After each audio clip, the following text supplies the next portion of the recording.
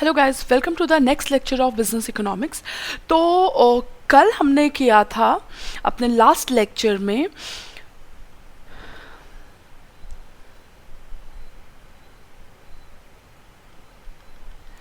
External economies and diseconomies. External economies और diseconomies क्या होते हैं? बेसिकली इकोनॉमीज तो होती है फ़ायदे और डिसइकोनॉमीज होते हैं नुकसान।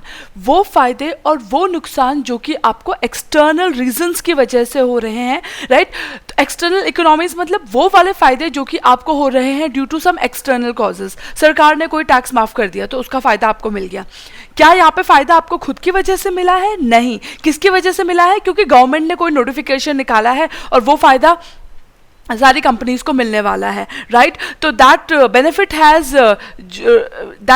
Has accrued due to external factors. तो वो क्या हो जाएगा? आपका एक्सटर्नल इकोनॉमी, राइट? उसी तरीके से कोई मशीनरी इंडिया में आई और इंडिया में नई टेक्नोलॉजी की मशीन आई है तो वो सारी कंपनीज को वो मशीन मिलेगी, राइट? तो वो भी आपको क्या हो जाएगा? फ़ायदा हो गया, जो कि आपको खुद की वजह से नहीं हो रहा है, राइट? बाहर की फैक्टर्स, एक्सटर्नल फैक्टर्स की वजह से हो रहा है। तो that will also come under external economies, right?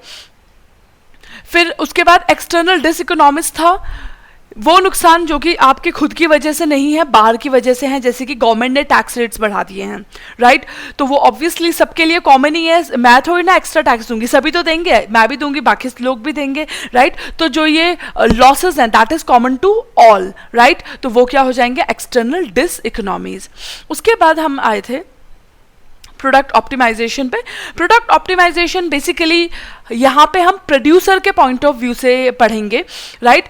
मतलब how does producer arrive at equilibrium. Equilibrium मतलब सबसे इक्विलिब्रियम वो वाला पॉइंट होता है जिस पॉइंट पे आपको मैक्सिमम प्रॉफिट अर्न होते हैं, राइट? तो बिल्कुल ऐसा ही टॉपिक हमने इंडिफरेंस कर्व किया था। वहां पे हम नाम देते थे इंडिफरेंस कर्व। वो होता था किसके पॉइंट ऑफ व्यू से? कंज्यूमर के पॉइंट ऑफ व्यू से, कि कंज्यूमर किस पॉइंट पे अचीव करेगा अपना इक्विलिब्रियम, मतलब कौन से पॉइंट पे consumer will achieve maximum satisfaction. तो वो हमने पढ़ा था इंडिफरेंस कर्व में, राइट? यहाँ पे चीज वही है बट यहाँ पे हम प्रोड्यूसर के पॉइंट ऑफ व्यू से पढ़ेंगे, राइट? तो जो ये प्रोडक्ट ऑप्टिमाइजेशन है it is same as indifference curve, बस फर्क यह है कि प्रोडक्ट ऑप्टिमाइजेशन किसके पॉइंट ऑफ व्यू से पढ़ रहे हैं? एक मैन्युफैक्चरर, एक प्रोड्यूसर के पॉइंट ऑफ व्यू से पढ़ रहे हैं कि उसको मैक्सिमम सैटिस्फैक्शन कहां पे अचीव होगा, ओके? अब प्रोड्यूसर के पॉइंट ऑफ व्यू से पढ़ना है तो दो तरीके हैं। देखो, प्रोड्यूसर को अगर अपना प्रॉफिट बढ़ाना है तो प्रॉफिट बढ़ाने के दो तरीके होते हैं, मैंने बताया है। या तो आप रेवेन्यू बढ़ा दो, राइट? मतलब सेल्स प्राइस बढ़ा दो प्रोडक्ट का, या फिर अगला तरीका क्या है? कॉस्ट कम कर दो, राइट? तो इन दोनों ही तरीकों से आप अपने क्या बढ़ा सकते हैं? प्रॉफिट्स बढ़ा सकते हैं।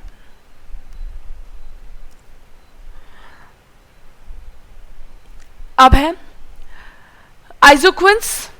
याद करो, जैसा इंडिफरेंस कर्व था, इंडिफरेंस कर्व को यहां पे हम आइसोक्विंस बोलते हैं, ठीक है? तो indifference curve if you remember ऐसा होता था, ठीक है? अलग अलग पॉइंट्स होते थे, हम उनको ज्वाइन करते थे तो हमारे पास एक कर्व आ जाता था, ठीक है? तो बेसिकली इंडिफरेंस कर्व क्या था? Combination of two goods. एक गुड है मेरे पास क्लोथ, एक गुड्स है मेरे पास व्हीट। तो बेसिकली जो ये कर्व है ये कैसे बना था? मेरे को दोनों ही चीजों की जरूरत है जिंदगी में, क्लोथ की भी व्हीट की भी। तो क्लोथ जब पहले 1 था, व्हीट था 6, ठीक है? उसके बाद क्लोथ बढ़ाना है तो ऑब्वियसली व्हीट क्या करना पड़ेगा? सैक्रिफाइस करना पड़ेगा, क्योंकि पैसा तो लिमिटेड है ना मेरे पास, रिसोर्सेज लिमिटेड है। तो अगर एक चीज ज्यादा खरीदूंगी तो दूसरी चीज पे कटौती करनी पड़ेगी। तो व्हीट मेरे को करना पड़ा, सपोज करो 4, राइट? उसके बाद क्लोथ और बढ़ाऊंगी तो मुझे व्हीट और कम करना पड़ेगा, राइट? तो इस तरीके से I will keep on decreasing wheat in order to increase cloth, ठीक है? तो मेरे पास ABC, ठीक है? तो मेरे पास अलग अलग पॉइंट बन जाते हैं, ठीक है? ठीक है, तो मेरे पास अलग अलग पॉइंट ए, तो मैंने इनको प्लॉट कर दिया, एक एक्सिस पे रखा क्लोथ, एक एक्सिस पे रखा वीट, राइट। तो जब मैंने ज्वाइन इन इन इन सबको मैं अगर ग्राफ में प्लॉट कर दूंगी, राइट, तो मेरे पास क्या आ जाएगा, कर्व आ जाएगा। ओके, अब अगर मैं आपसे पूछूं कौन सा पॉइंट ज्यादा बेटर है, ए या बी या सी, आप बोलोगे मैम सभी बेटर हैं। क्यों? क्योंकि हर बार मैं कितना अपना बजट खर्च कर रही हूँ, 10,000। यहाँ पे भी 10,000 किया है खर्च जब क्लोथ 1 था, वीट 6 था। यहाँ पे भी 10,000 रुपये खर्च किए हैं जब क्लोथ 2 था और वीट 4 था। यहाँ पे भी 10,000 रुपये मैंने खर्च किए हैं। तो कोई भी पॉइंट दे दो, सब क्या है, इक्वल है मेरे लिए, राइट, क्योंकि हर बार मैं उतना ही पैसा खर्च कर रही हूँ। तो आइसोक्विंस भी वही है, डिफरेंट। यहां पे हम पढ़ रहे हैं कंज्यूमर के पॉइंट ऑफ व्यू से, राइट। तो प्रोड्यूसर के पॉइंट ऑफ व्यू से, राइट। तो प्रोड्यूसर कौन सा कॉम्बिनेशन चूज करेगा? ऑब्वियसली प्रोड्यूसर तो चीजें प्रोड्यूस करता है ना, वो चीजें प्रोड्यूस करता है with the help of factor of production. तो वो किस चीज की चॉइस करता है? फैक्टर्स ऑफ प्रोडक्शन की, कि मैं कौन कौन सी चीजों को इस्तेमाल करके प्रोडक्शन करूं। So it is a curve representing different combination of inputs which are capable of producing same level of output. तो आइसोक्विंस को हम इक्वल प्रोडक्ट कर्व भी बोलते हैं, आइसो प्रोडक्ट कर्व भी बोलते हैं, या फिर प्रोडक्शन इन डिफरेंस कर्व भी बोलते हैं।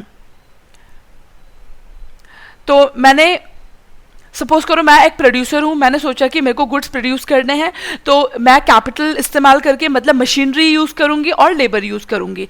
पहला कॉम्बिनेशन, मैंने मशीनरी यूज करी 2 यूनिट्स, लेबर यूज करे 12 units, and I was able to produce कितनी यूनिट्स? 1000 यूनिट्स। अगला कॉम्बिनेशन, मैंने क्या करा, फैक्टर कैपिटल को बढ़ा दिया, मैंने कैपिटल यूज करी 4 यूनिट्स और लेबर अब कितनी हो गई मेरे पास? 8 यूनिट्स। ठीक है, तो अभी भी मैं कितनी यूनिट्स प्रोड्यूस कर पा रही हूँ? 1000 यूनिट्स। फिर मैंने कैपिटल कर दिया 6, लेबर कर दिया 6, अब भी 1000, नेक्स्ट केस में भी 1000। तो चाहे कोई भी कॉम्बिनेशन आप चूज करो, हर कॉम्बिनेशन में you are producing same level of output, तभी तो उसको बोला जा रहा है प्रोडक्शन इन डिफरेंस कर्व या आइसो प्रोडक्ट कर्व। आइसो का मतलब होता है same, right, same product curve या इक्वल प्रोडक्ट कर्व। ओके, अब अगर मैं इनको प्लॉट करूं, फैक्टर एक्स और फैक्टर वाई को, तो मेरे पास ऐसा ग्राफ आ रहा है। ठीक है, तो इसी को मैं बोलती हूं क्या? आइसोक्वेंट। क्या बोलती हूं मैं इसको? आइसोक्वेंट। ओके, कौन सा वाला ऑप्शन ज्यादा बेटर है, कौन सा कॉम्बिनेशन वाला ज्यादा बेटर है, ए या बी या सी या डी? सब बराबर ही है, क्योंकि हर बार आपको 1000 यूनिट्स का ही आउटपुट मिल रहा है। यहां पे भी 1000 यूनिट्स, यहां पे भी 1000, यहां पे भी 1000, यहां पे भी 1000, राइट। हाँ, अगर मेरे पास पैसा ज्यादा हो, राइट, तो मैंने आपको बताया भी था, अगर मुझे प्रोडक्शन बढ़ाना है, अभी तक मैं 1000 यूनिट्स प्रोड्यूस कर रही थी, now I want to produce 2000 units. ठीक है,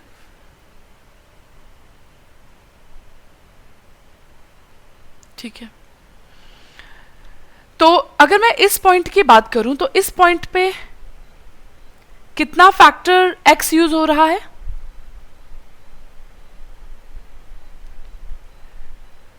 8। कितना फैक्टर वाई यूज हो रहा है? 12। ठीक है, तो अगर मुझे ज्यादा प्रोडक्शन करना है, तो मुझे ऑब्वियसली अपने इनपुट्स मतलब factor of production, factor X और फैक्टर वाई, दोनों ही क्या करना पड़ेगा? बढ़ाना पड़ेगा, राइट। और अगर मैं कम प्रोडक्शन करूं, ये वाला पॉइंट, ये हायर प्रोडक्शन कर्व है, ये लोअर है, तो कितना है?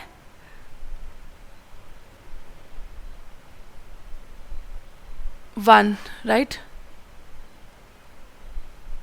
तो 1 तो यूज हो रही है यहां पे फैक्टर x और 12 यूज हो रहा है फैक्टर y।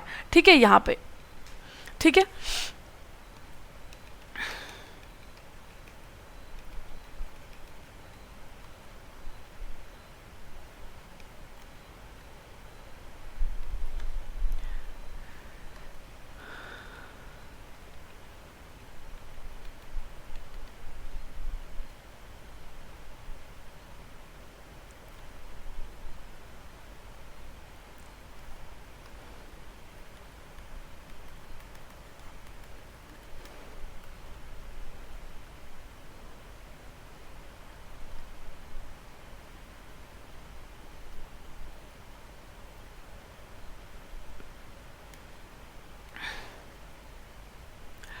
ठीक है, ये तो इसका था। अगर मैं अपना प्रोडक्शन लेवल कम करना चाहूँ, राइट, प्रोडक्शन कम करना चाहूँ, 1000 की जगह I want to manufacture 800 units, तो फिर मुझे इतने फैक्टर्स की ज़रूरत नहीं है, हो सकता है। अगर मैं इस पॉइंट की बात करूँ,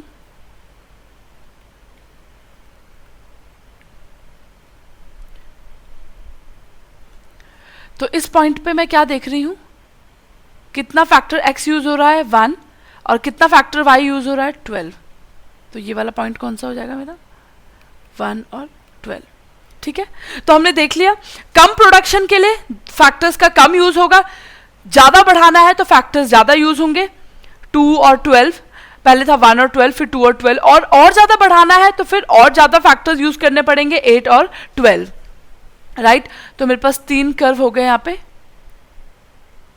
ठीक है, 1 2 3। ठीक है, तो ये लोअर प्रोडक्शन कर्व है, ये थोड़ा मीडियम अपर प्रोडक्शन कर्व है, ये सबसे ज्यादा मैक्सिमम प्रोडक्शन कर्व है।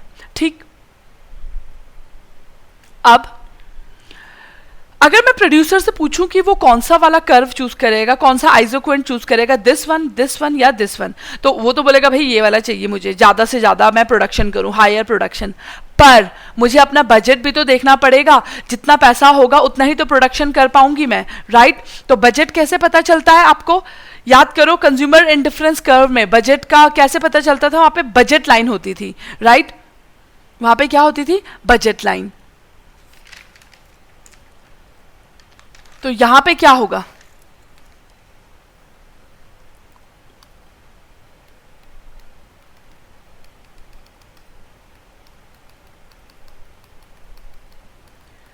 ठीक है,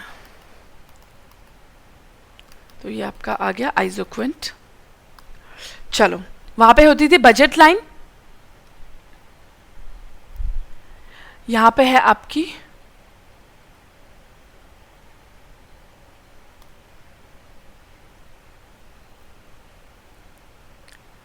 आइसोक्वेंस।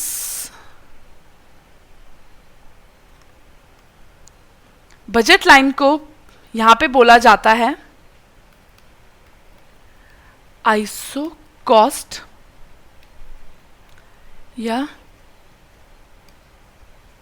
Equal cost line.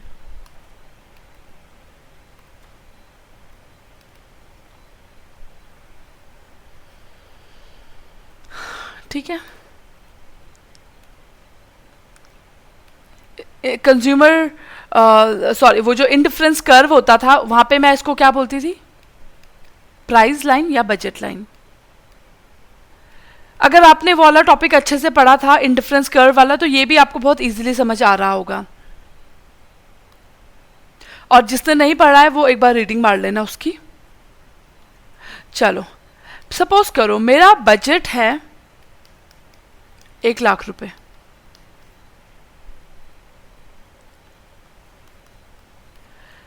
तो इट शोज, पहले लिख लीजिए, आइसो कॉस्ट लाइन जो होती है, it shows the various combinations of inputs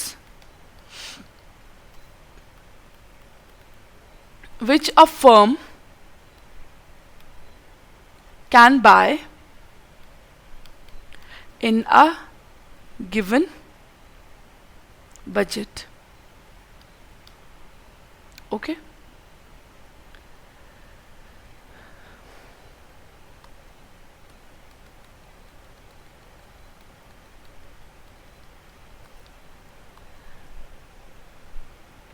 तो सपोज करो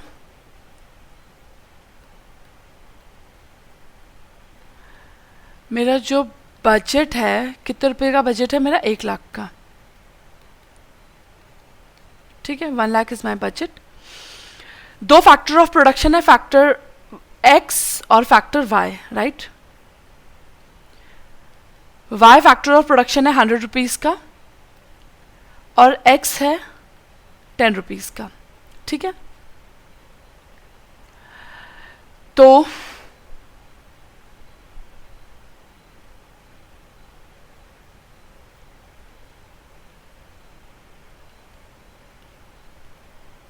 अगर मैं 1 लाख रुपए से सिर्फ y factor of production use करूं, अगर मैं जो है 1 लाख रुपए मेरे पास हैं, इनसे सिर्फ क्या खरीदूं, y खरीदूं, राइट, x ना खरीदूं, तो x तो हो गया 0।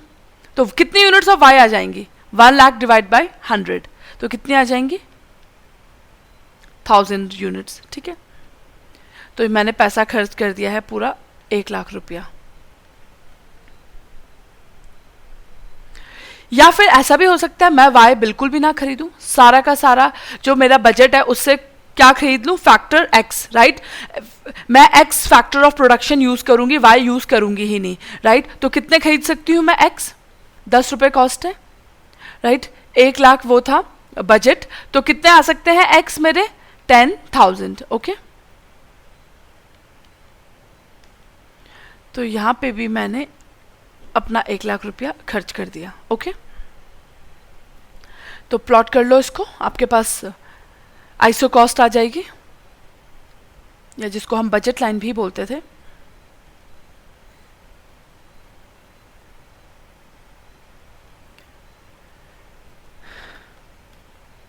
Price of y, price of x, ठीक है,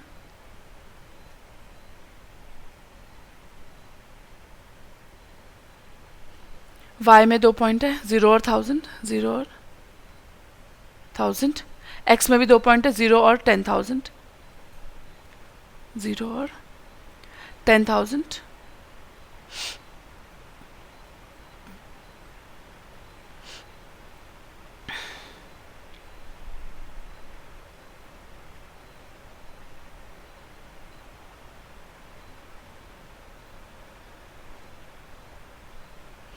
तो प्लॉट करो 1000 और y का 1000 और x का 0, और अगला प्लॉट करो y का 0 और x का 10,000, y का 0 और x का 10,000। ठीक है, तो मेरे पास 2 पॉइंट आ गए, पहले मैंने इन दोनों को प्लॉट करा, फिर मैंने इन दोनों को प्लॉट करा, तो मेरे पास 2 पॉइंट आ गए हैं, इन दोनों को ज्वाइन कर दूंगी, तो मेरे पास ये लाइन आ गई। ठीक, तो ये तो थे 2 एक्सट्रीम कॉम्बिनेशंस। जब मैंने पहला पॉइंट रखा कि x बिल्कुल भी नहीं खरीदना, अगला रखा कि y बिल्कुल भी नहीं खरीदना। बीच में भी तो कई सारे पॉइंट्स हो सकते हैं कि मैंने y की खरीद ली 10 यूनिट्स, x की खरीद ली 20 यूनिट्स, राइट, या y की खरीद ली 4 यूनिट्स, x की खरीद ली 3 यूनिट्स। बीच में भी कई सारे पॉइंट्स हो सकते हैं, तो वो सब यहां लाई कर जाएंगे। ठीक है, इनको मैं बोलती हूँ एफ जी टी। ठीक है, तो बेसिकली यहां पे आपने देखा, आप इस कॉम्बिनेशन पे मैंने कितने रुपए खर्च किए थे, 1 लाख रुपए। यहाँ पे इस कॉम्बिनेशन पे भी मैंने कितने खर्च किए थे, 1 लाख। तो जाहिर सी बात है जो सारे कॉम्बिनेशन इस कर्व पे लाई करेंगे उन सब में मैं कितना खर्च कर रही होंगी, 1 लाख। एफ पे भी 1 लाख, जी पे भी 1 लाख, टी पे भी 1 लाख, राइट। तो इसका मतलब मेरे लिए सब पॉइंट्स बराबर हैं। I am indifferent. इनडिफरेंट मतलब मेरे को कोई फर्क नहीं पड़ता कि कौन सा वाला ज्यादा बेटर है। I am indifferent, right, I am impartial. मेरे लिए सारे पॉइंट्स एक ही लेवल के हैं। एफ पे भी मैं खर्च कर रही हूँ 1 लाख रुपए, यहाँ पे भी मैं ए पे भी 1 लाख रुपए खर्च कर रही हूँ, राइट। बी पे, ये बी है, इसको ए ले लो, इसको बी ले लो। बी पे भी मैं खर्च कर रही हूँ 1 लाख। एफ जी टी सब बार मैं कितना रुपया खर्च कर रही हूँ, 1 लाख रुपया, राइट।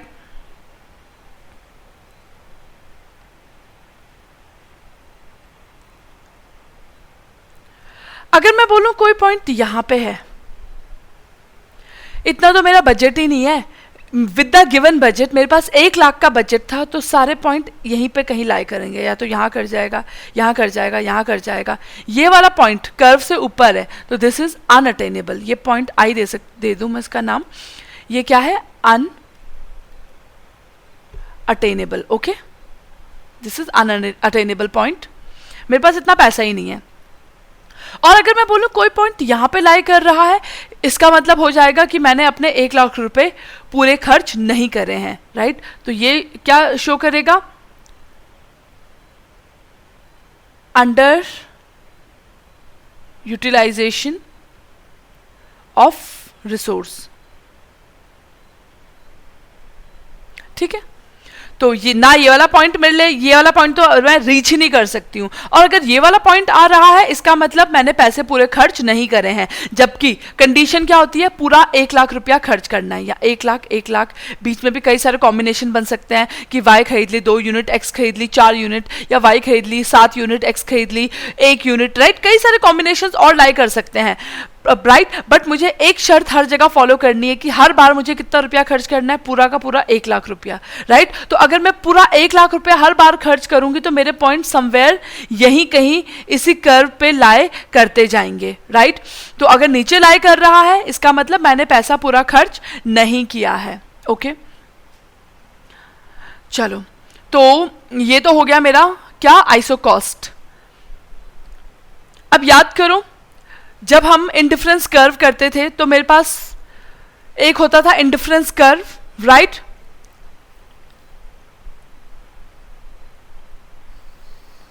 ये समझाने के लिए मैं आपको रफ बता रही हूं।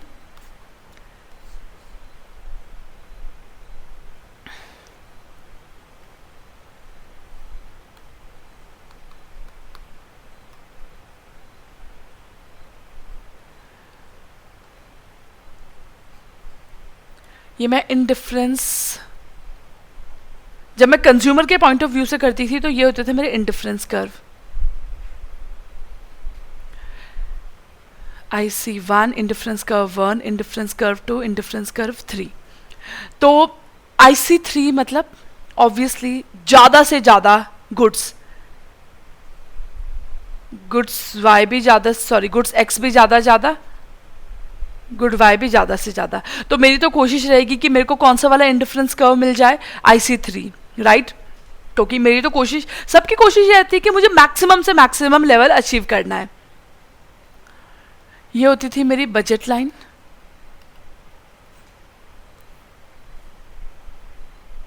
ये मैंने वहां पे डिटेल में बताया था। आप उस लेक्चर को, अगर आप इससे पहले वाला इंडिफरेंस कर्व वाला लेक्चर पढ़ना चाहेंगे तो आप बेशक वो पढ़ें, ठीक है। ये होती थी मेरी budget line. Okay, this is my budget line. तो बजट लाइन कैसे बनी है, ये इस गुड्स, यहाँ पे गुड वाई रख दो, यहाँ पे गुड एक्स रख दो। तो ये पॉइंट कैसे आया होगा कि मैंने गुड्स वाई पे सारा पैसा खर्च कर दिया, एक्स पे 0 खर्च करा, ठीक है। ये वाला पॉइंट कैसे आया होगा कि मैंने गुड्स वाई पे 0 पैसा खर्च करा, सारा का सारा पैसा किस पे खर्च करा है, एक्स पे, राइट। तो मेरे 2 पॉइंट आ गए, ठीक है। तो इन दोनों को ज्वाइन कर दूंगी तो ये मेरे बन जाएगी बजट लाइन। ओके, ठीक है। तो जैसे अभी अभी हमने किया था आपका आइसो कॉस्ट, वैसे ही ये बजट लाइन भी बनती है। ओके, अब ये तो हो गया मेरा विश, ठीक है। ये हो गया मेरा औकात, बजट लाइन, ठीक है। अब मुझे पता लगाना है कि कंज्यूमर इक्विलिब्रियम पे कैसे पहुंचेगा। तो मुझे अपनी विश को किसके साथ देखना पड़ेगा, बजट लाइन के साथ देखना पड़ेगा कि मेरे बजट पे मेरे को कौन सा वाला इंडिफरेंस कर्व मिल सकता है। तो हम ना दोनों को ज्वाइन, हम ना इस दोनों को ज्वाइन कर देते थे। तो ये मैंने बजट लाइन कर दी, राइट। और ये आपका इंडिफरेंस कर्व। तो विद द गिवन बजट मेरे लिए ये IC1 है, ये इंडिफरेंस कर्व 2, इंडिफरेंस कर्व 3। तो विद द गिवन बजट मेरे लिए कौन सा वाला सही बैठ रहा है, IC2, राइट। तो जहां पे बजट लाइन और इंडिफरेंस कर्व आपस में एक दूसरे को इंटरसेक्ट करते थे, when they are tangent to each other, एक दूसरे को टच करते थे, वहां पे कंज्यूमर को क्या मिलेगा, इक्विलिब्रियम मिलेगा, वहां पे उसको मैक्सिमम सेटिस्फैक्शन मिलेगा। ओके, ये हमने पढ़ा था। तो ये तो बात हो गई इंडिफरेंस कर्व की। अब हम यहां पे बात कर रहे हैं प्रोड्यूसर के पॉइंट ऑफ व्यू से। ये तो कंज्यूमर के पॉइंट ऑफ व्यू से थी ना सारी बातें। अब हम बात कर रहे हैं प्रोड्यूसर के पॉइंट ऑफ व्यू से। तो प्रोड्यूसर को इक्विलिब्रियम कहां पे अचीव होगा,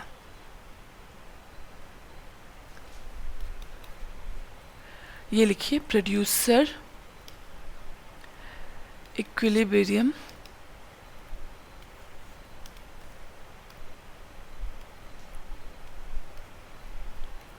where he,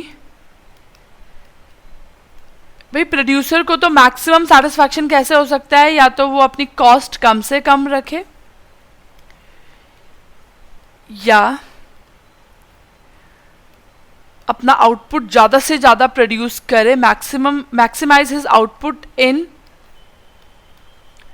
uh given budget.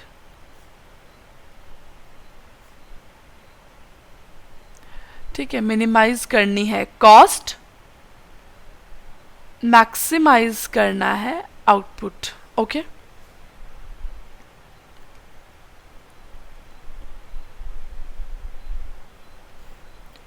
तो इसका मतलब यहां पे मुझे आइसोक्वेंट जो मैंने पढ़ा था लास्ट लेक्चर में, आइसोक्वेंट और आइसोकॉस्ट को मर्ज कर दूंगी, जैसे मैंने अभी अभी मर्ज करके आपको दिखाया ना पीछे,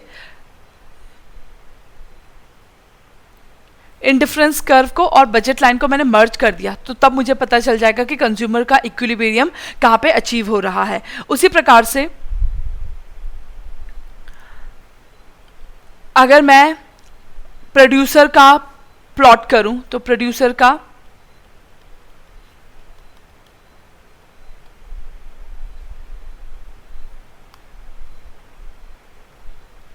ठीक है, इंडिफरेंस कर्व की जगह प्रोड्यूसर को क्या होता है, नीचे प्लॉट कर देते हैं यहां पे,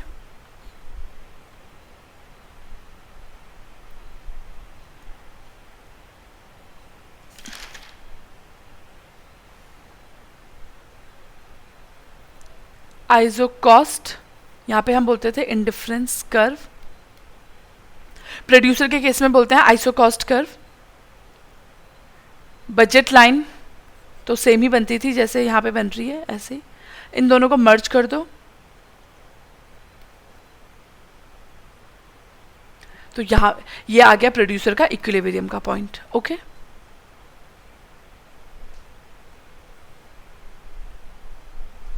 ठीक,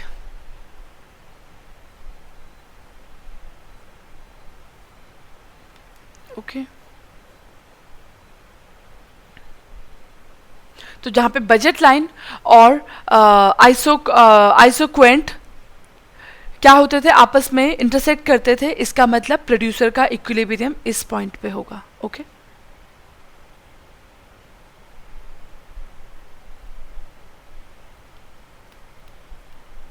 इस तरफ रखा था फैक्टर y,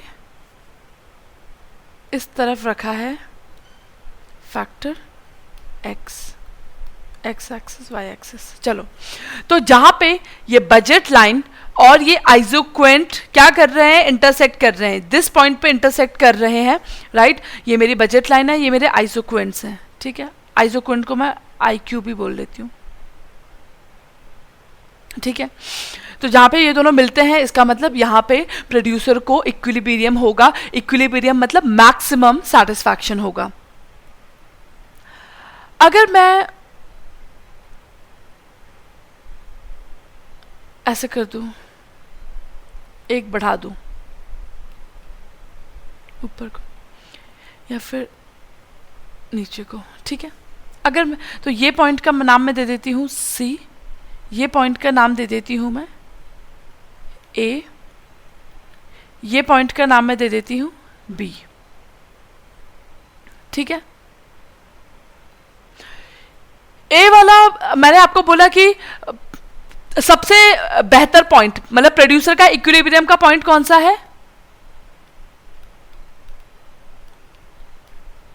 C, जहां पे आइसोक्वेंट और आपके बजट लाइन क्या कर रही है, मैच कर रही है, राइट। तो यहाँ पे दोनों इंटरसेक्ट कर रही है, तो वहां पे एक आपको इक्विलिब्रियम अचीव हो जाता है। तो मैक्सिमम सैटिस्फैक्शन कौन से पॉइंट पे होगा,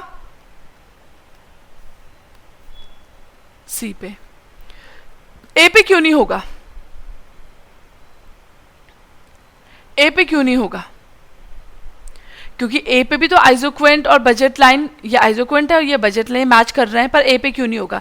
A पे इसलिए नहीं होगा क्योंकि C वाला आपके लोअर बजट पे लाई कर रहा है, A मतलब हायर बजट, राइट, ज़्यादा पैसा खर्च हो रहा है। B का मतलब भी क्या है, हायर बजट, राइट। तो लोअर बजट वाली लाइन का पॉइंट कौन सा है, C, राइट। तो मेरी तो कोशिश यही होनी चाहिए ना कि कम से कम बजट पे मेरे को प्रोडक्शन हो। तो ये नीचे वाला लाइन क्या है, लोअर बजट है, राइट, ये हायर बजट है, तो इसीलिए हायर बजट पे जो पॉइंट्स हैं मेरे को वो नहीं चूज करने हैं, ए और बी मैं चूज नहीं करूंगी, मैं कौन सा वाला चूज करूंगी, सी, क्योंकि C is lying on a lower budget line, right. तो इसीलिए सी वाला पॉइंट क्या है मेरा, it is a point of equilibrium या it is a point of maximum satisfaction.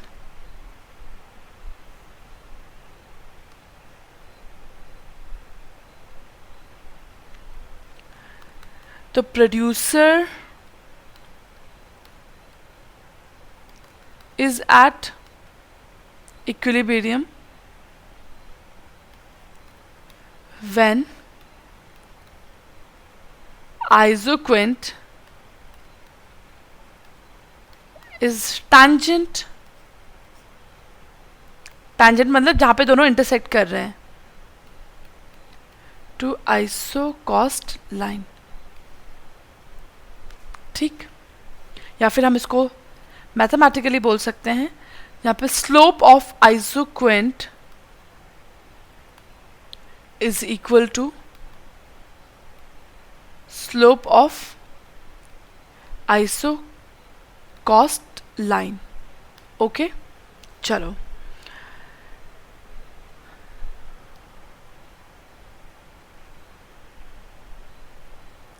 ठीक है, तो ये था आपका प्रोडक्ट ऑप्टिमाइजेशन। तो यहाँ पे वैसे तो देखो, अगर मैं एग्जाम पॉइंट ऑफ व्यू से बात करूँ तो एग्जाम पॉइंट ऑफ व्यू से जो ये प्रोडक्ट ऑप्टिमाइजेशन वाला टॉपिक है ये कम पूछा जाता है, राइट, क्योंकि ये टॉपिक बिल्कुल सेम टू सेम किसके जैसा है, इंडिफरेंस कर्व के जैसा है, राइट। तो इंडिफरेंस कर्व ज़्यादा पूछा जाता है, राइट। तो आप ना इंडिफरेंस कर्व पे ज़्यादा फोकस करके चलना है, इसको बस एक बार रीड मार लो, राइट, ताकि आपको पता चल जाए। बट ज़्यादातर क्वेश्चन एग्जाम में इंडिफरेंस कर्व से ही पूछे जाते हैं, राइट। बट फिर भी you can not take chance, हमें पढ़ना तो सब चीजें हैं, राइट। तो विद दिस हमारे चैप्टर 3 की यूनिट 1 फिनिश होती है। तो tomorrow we will be starting with new unit, that is chapter 3 की कौन सी unit, unit number 2। Thank you so much.